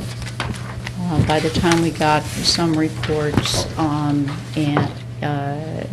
the town side, it was, say, October, which is about the time we were running into issues with the gymnasium, and we really wanted to have enough information to work with before coming before the town bodies looking for additional funding. So we feel that this is accurate at this point. We feel that we've anticipated a reasonable additional amount to complete the project. And right now, we're about halfway through the spending of the project. Okay, thank you. Any questions from the board? I have a couple of questions. Timing, so you're about halfway through this project. Do you anticipate further delays? I'm just looking at further costs with the, for example, rental of the modular structures for the gymnasium. Do you anticipate that you might need to come back to us because you need to rent them? I know we're going to the summer, in June, and this gets us through April, but that's one question. The other question is contingency, your contingency budget. Where are you with that right now, and have you considered the need to ask for more money to add to your contingency budget? I think that our figure does include that, and we are projected to have the gym open by April school vacation. You are by summer vacation? By the April vacation. By the April vacation. So I- timing-wise, yeah. And I can help with some of the numbers that are projected out in So here. if you just introduce yourself. My name's Sal Morbido. I'm Manager of Construction Security and Safety for the Board of Education. Been working with Mr. Secor, who is our owner's rep on this project. There were a few things that changed as far as the modular rentals. In addition to the bids coming in higher than expected, we were also bidding later than expected. So the original intent when we started this journey, we'll call it, was that the project was going to be bid sometime around New Year's. It actually ended up being bid sometime in April. So right off the bat, the timeline for the project was different than originally intended. So if you look at the last, I believe it's the last page on your summary, that summarizes the different estimates that were done. The middle, the column that says budget after awards, bid awards. That's not the last page, that's the second page. Okay, mine might be segregated differently. Is this one here? It's this one here, 11 by 17, I'm sorry about that. Got it. Thank you. It's the last page of my package, sorry about that. Initially, when that happened, we reserved some money for renting the modulars, $16,000, because the timeline was going to bring it, as Ms. Marshall said, into January. Right now, we're experiencing delays. If you look at the next column, the projected column, there's even more money put in for the modular rentals because we're delayed on the gym renovation, repair, remediation section. We're fairly confident now that the abatement is done in the gym, that we're not going to experience other delays or not significant delays. And that April 10th is a pretty reasonable date. There's a couple of extra months of gym rental in there. Actually takes us through the end of the year if we really hit a wall, so to speak. On the gymnasium renovations, just to say there is a snag, it'll give us a couple more months of rental built into that number, gives us a couple of months plus the summer to deal with the problem, and I would be really upset if we didn't complete by that point. We're over the hump on that. Just on that point? Sure. How much is the monthly rental for the modular gym? It's basically, it's 2023 to... Beautiful. So if we're able to to open the gym back up in April, we could potentially save May, June, July, how far out does this go for? Is it through July, August? it goes to July 11th because that's the date that it changes over. May, June, so you could maybe say 3 months on that rent, and you have the right to return it early, or to return it and save, and Correct. recapture that $6,000, is what I'm, Correct. okay, thanks. And the other part of this, in the $340,000 that the building committee's requesting, it's being requested not for additional work, it's being requested for additional contingency. Okay. Right now, the project, there are some proposed change orders that are still in negotiation, but if we took the worst case of these change orders, what the contractor proposed as the cost of the change orders, essentially they have a $34 contingency left on the project funding, knowing everything that's encumbered, and with their projections for additional rental and additional services from the architect and the owner's rep. So we projected all that out, and we've got about $34 left. That's why they're asking for more contingency. If the world goes perfect and there's not one more change order through the job, the $340,000 would come back. It would not be used at all, and would come and not be used, not encumbered, not needed. So it's a safety net that the building committee is asking for.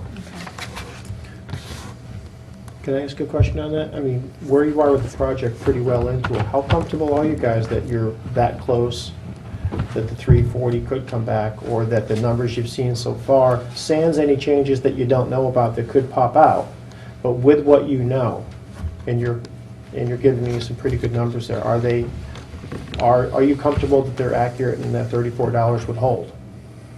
Or the contingency would hold? Can I'm asking you how comfortable you are with the statements you just made. That there would be no change orders? It's not reasonable at 50%. No, not that, with what you know today. That $34 would be the final. Forget the $34. Okay, You losing just track. said, unless there are some unforeseen change orders that pop up, the $340,000 might not have to be eaten into. So how comfortable are you with that statement there, that with everything you know today, the changes that you've already incorporated into here, the pricing that you've already incorporated into here, that you're good with that? That's essentially saying, do we foresee that there would be no more change orders through the rest of the project? If you want to say it that way, fine. But as far as putting those over here. Right, that's Everything what we'll else. call the third phase or Sure. part 3 of the project. There's a possibility of change orders coming along on that work, even though it's simplistic, straight replacement of windows. On prior projects of window replacements before this whole nightmare of PCBs came about, there have been change orders, not giant magnitude change orders, but there have been change orders. So to go on that basis that we've accounted for everything that is unknown or possibly unknown, we made provisions for that, I wouldn't be comfortable saying that. So a contingency would be realistic to have. Okay. Thank you. Can I ask your question a little differently? Yeah, please. I definitely stumbled on that one. How much, as of today, in just the construction, to complete the project, how much more construction work do you have to do? You said you're about 50-60% through, that's roughly $2 million? Correct. Do you have a number on that? I mean, I know it's roughly $2 million, but how much construction work is there left to finish the project? The total... The original budget, which was The, 4.1 or something. Right. How much has been spent, how much is left to do? of the $4,195,013, and this is as of December, January 22nd, $2,200,289.90 have been spent. Okay. What's So there's roughly another 1.9 million to be spent. correct? Okay, so what you're asking for is, and your entire contingency was spent on The the first first 50. half.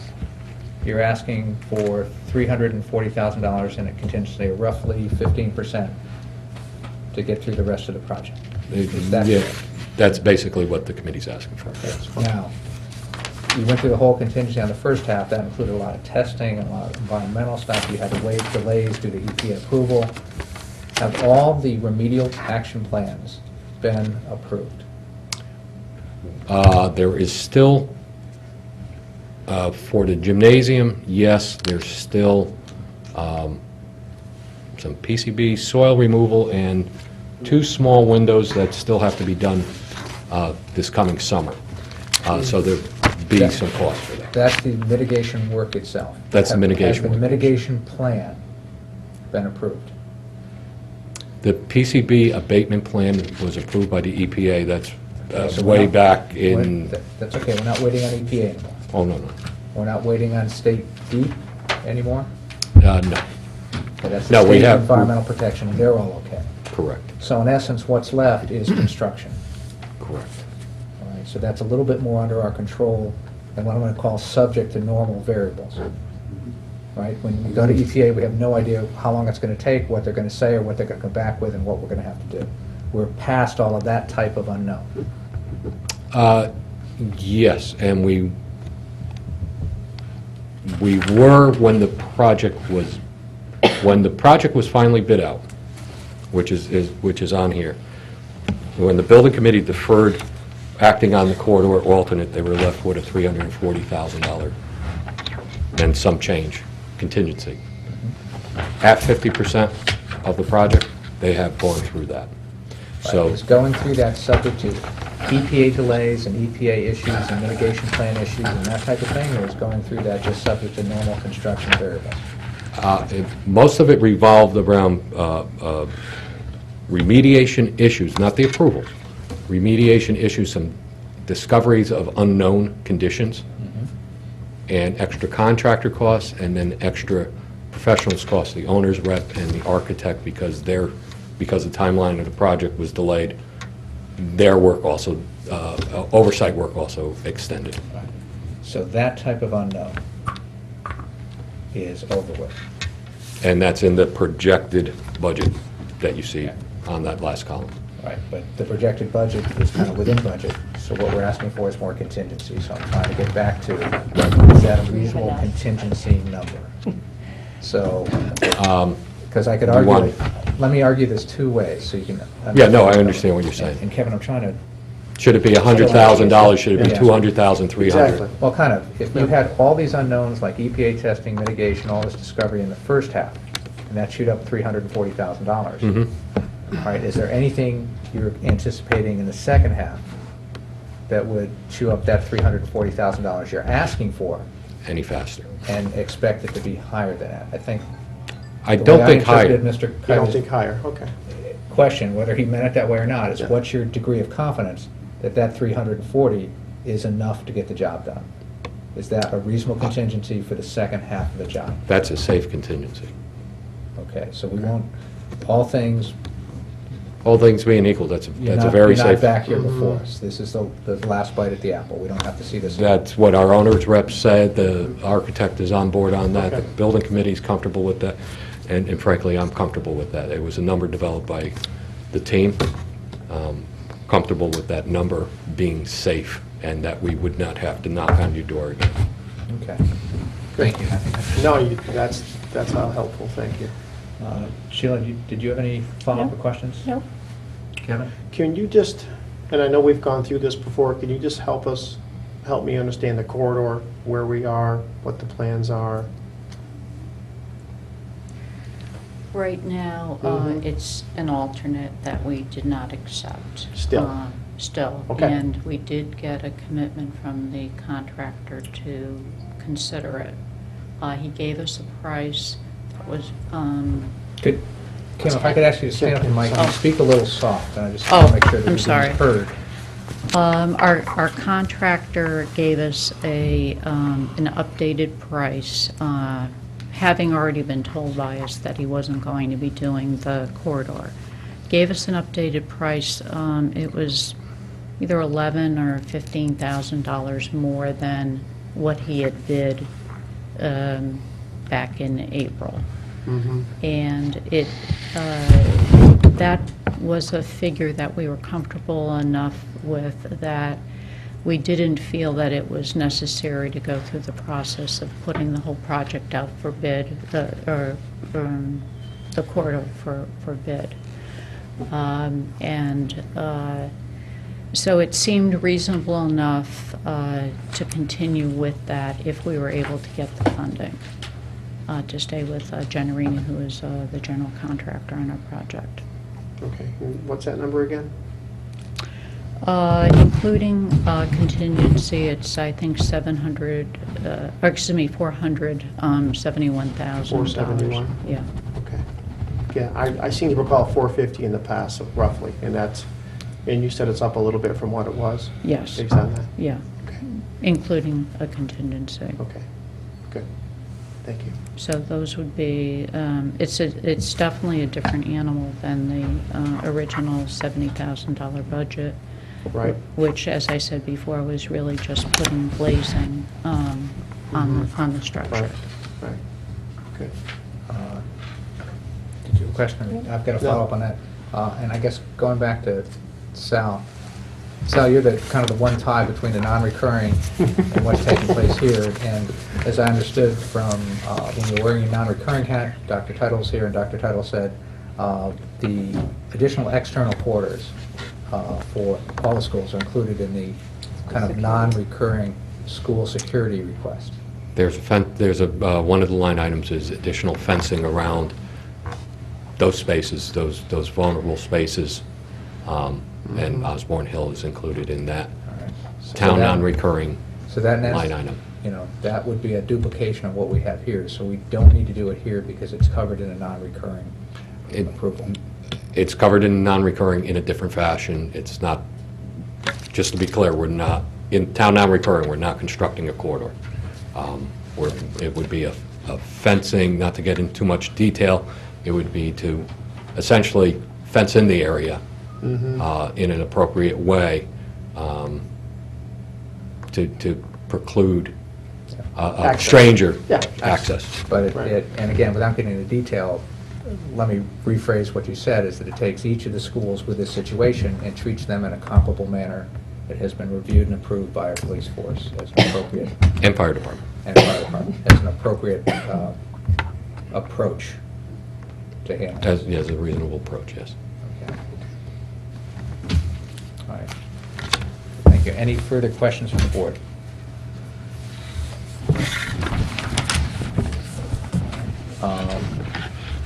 Any further discussion, or would, any further discussion at this time, or is it okay if I go to the public? All right, any comments from the public? All right, seeing none, back to the board. Any motions or amendments in this case to the motion before us? All right, if none other, then I would ask for your consideration that we make a motion to reduce the requested amount by $471,000, which is the amount of the corridor, since that will be handled by the non-recurring project funding that we just approved. And but we keep in the additional contingency amounts so this project can get done on the timeline, and I believe that keeps the gym installation and project on track. For your consideration, can I have a second? Second. All right. Any further discussion on that? No, I think we're good. I think the explanation from Mr. Morabito on the corridor has been answered. That was my question about where we were from both the committee's perspective, the building committee's perspective, the school, the PTAs, the administration, police, fire, and all the security-related people. And what I've heard is that everyone involved in all those groups is comfortable with this solution. Is that a fair statement? The fencing solution. The fencing solution, yes. The proposed solution that Mr. Tetchell just mentioned that will be added as part. Yeah, that was included in the BOE non-recurring Correct. approach. Yep. Okay, so. Thank you All for right, that. so that motion's before us. Any further comment from the public? back to the board. So the amendment is before us,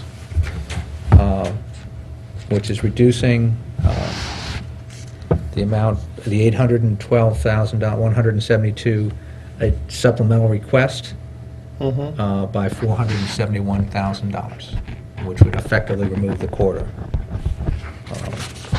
And I don't know if there's any, I didn't see any place in here where the quarter itself was mentioned. I did not. But I believe by, I don't think there's a table at the end of that one. there's not, There's another. because it, The colored sheet. Yeah, he's looking at the bonding resolution to see if there's a reference to the corridor. Is, sorry for the small font, it's on the bottom of the long green sheet. correct, it's Yeah, just what I- we're doing is just yeah. making sure that we've identified the places on the bond resolution itself that we have to make changes to make that go through from here. Looks like just math on the bonding resolution. Well, I'm seeing the 812 in the title. Yep. I'm seeing in the second whereas, there's $812,000, and both numerically and in text. And then the project total, I think, needs to be changed from $5,007,185. So that will have to be minus 471, minus $471,000. Is that correct? That Total appropriate 5 million seems way too high. I didn't see that 5 million anywhere else. So I think that, Total I'm for the- thinking that 5 million must have been a combination of this 812 that was before us plus column, which is the budget after we were, It's the conceptual budget. So is it the 4.1? Yeah, 9.4. Is 4 point, I'm not got my, I'm thinking 4.195013 plus what was on here. If you add an 812 into that, I don't think it totals out to 5,000,007. I'm gonna give it a shot. Comes to 5,007,185. Wow, I stand corrected. That's right. It does. So that would need to be reduced to 5,007,185 Minus minus 471. 471, 3 something or other. Let me find it. It is really small. 471,539. I see that as 4,535,646.